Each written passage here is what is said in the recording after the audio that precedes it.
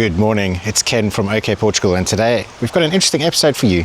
I'm in a city called Guimarães in northern Portugal. It's the birthplace of the Portuguese nationality.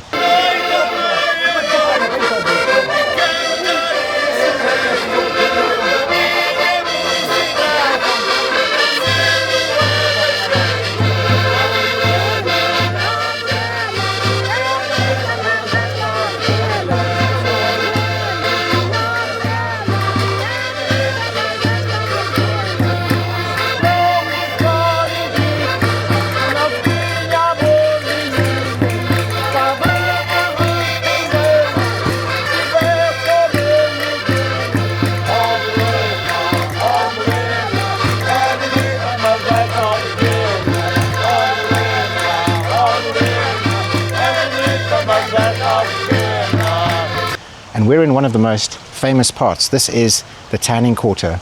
These old vats here, these are what they used to run their major industry in, which was tanning leather. And this was right next to the River. And these are the vats that they used to use. One part of the tanning process is to use urine. So it's pretty gross. In some parts of the world they use human urine. Here in Portugal, I believe they used to use animal urine. So they would collect that, they would put that into these vats, and they would put all of the animal hides. These hides are going to be full of hair, they're going to be full of fat, they're going to have a bit of blood and all sorts of stuff. So it's a really gross process. And the urine would basically help break it all down so that you could easily scrape off all of the fat, all of the hair, and you could basically get a nice leather product. Now these tanks and the buildings all around it are part of a UNESCO World Heritage Site. And we're actually going to be exploring a little bit around this area. It's going to be a fun day. Say hello to these little street cats. Hello, little street cats. They're looking at me like, nope. Yeah, these little street cats want nothing to do with me, and I don't blame them. So if we look through here, look at these amazing old houses. Do you know what's strange is sometimes, okay, obviously right now this looks very sort of Portuguese, but there's some parts, and I'll show you a little bit later, where some of these buildings almost look like they're in Germany, like the old parts of Germany. And you're going to have to bear with me on that, because these ones don't look like that at all. But in a moment you're going to see ones that almost have like these wooden facades and wooden balconies. So hopefully I can point those out. Maybe someone in the comments can tell me, is there some kind of German-inspired architecture going on? Or am I just imagining it? So I've been here for a couple of days now. Yesterday I filmed a property video. I arrived the day before that so I could get acquainted with the place. I filmed an amazing penthouse apartment for sale with incredible views right across the historic city of Guimarães. So have a look in the video description below for a link to the full video tour if you're interested in owning a luxury apartment in one of Portugal's most famous cities. So I'm inside a pub. Check this out. They've got Paulana beer from Germany. I actually quite like that stuff. And they've also got Oktoberfest beer. Or at least that's what it says on the tap. I don't know if they actually do have it. Look at that, a Paulana Weiss beer. I didn't expect to get that in Guimarães. And I'm in the square here. Life's good. Perfection. Today's another day, and I screwed up. I actually booked my hotel for tonight instead of yesterday, so I've got one more night here. On the first day I arrived, I went to the square over here. I think it was roughly around about here, and there were some people playing traditional Portuguese music.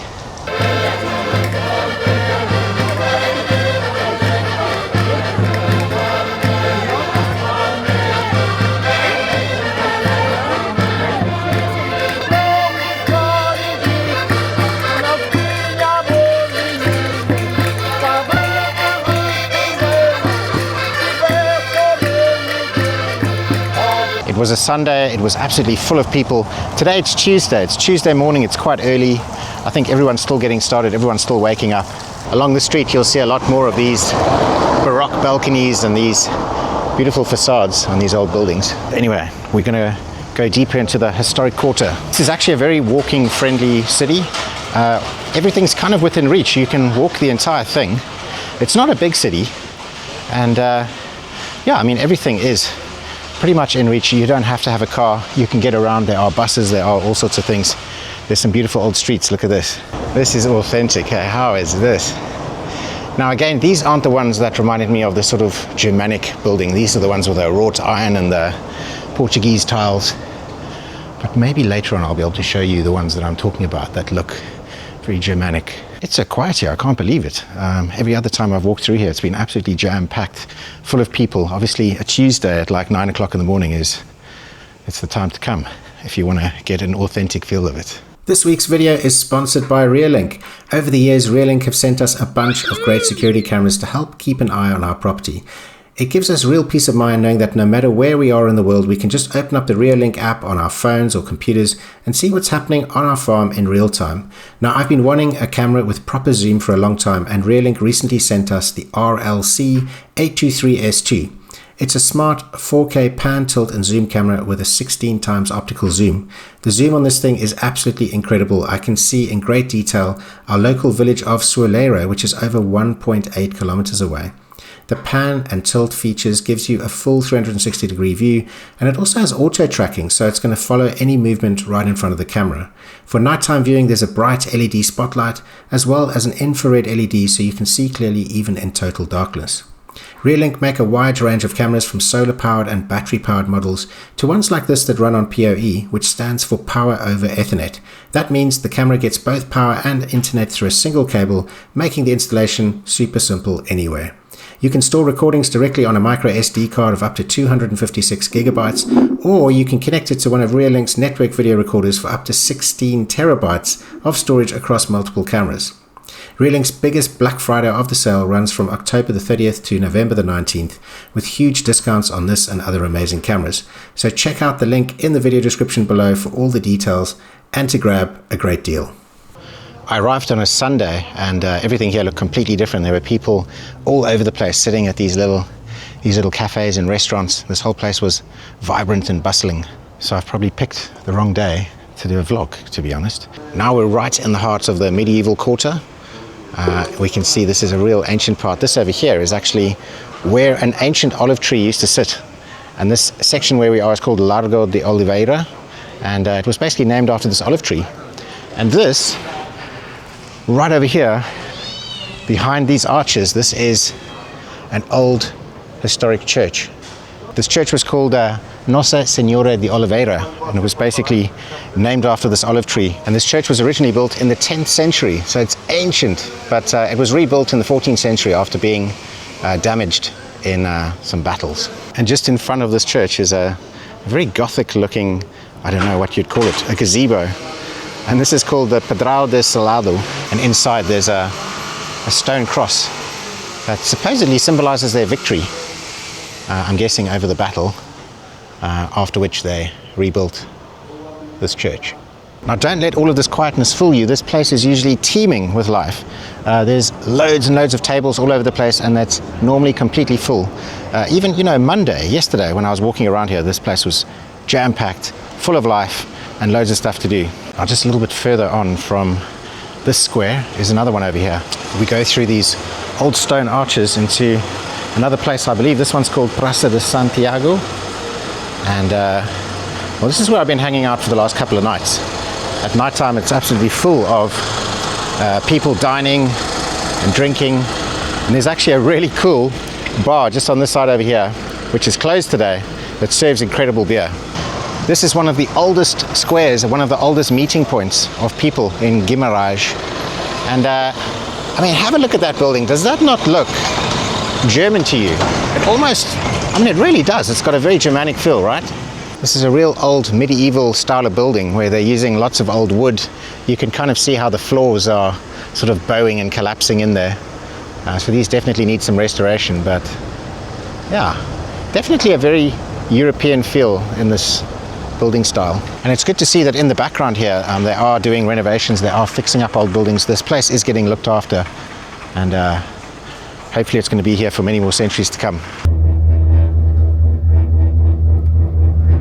We're going up the hill now, so we can't really see these amazing views in the background just yet, but soon you will. So these cable cars are pretty cool. The only part that isn't so nice is, can you see where we're coming up to this junction point over here? Watch how this place rattles when that happens. Listen to this. Oof, that makes my stomach kind of tense up. So yeah, it seems every time I go to a big city in Portugal, or a smaller city like this one, I always end up on one of these cable cars. They're so much fun, apart from this part. So I'm going to have to take this car on the way back down because, wow, look at that view, man. Definitely got to see that view on the way down.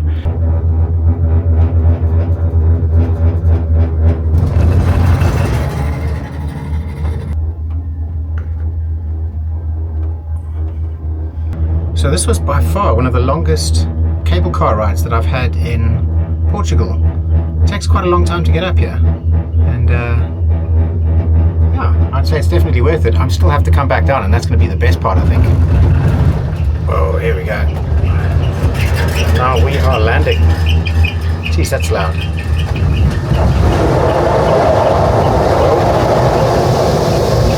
Alright, here we go.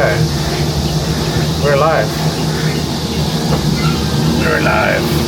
Right, so we're back in, and now we're about to leave and go down.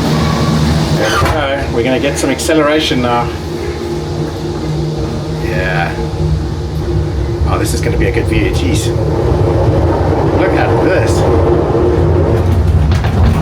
Oh, you know what the only problem is? The window's dirty. Oh, wow. Sure. Okay, well, let's look in this direction for a little bit. We don't get that sun glare. Wow, man. We're quite high up. Do you know what? I think I've come at the wrong time of day for this. Glasses. Well, either the glass is too dirty or I've come at the wrong time of day, I'm not sure. So if you find yourself up in the north of Portugal, I highly recommend checking out the city of Guimarães. I had an amazing time there. It's an incredible city, and sadly this is where I end my vlog. I hope you've enjoyed my little travel vlog of Guimarães, and well, hopefully we'll see you for another little travel vlog soon.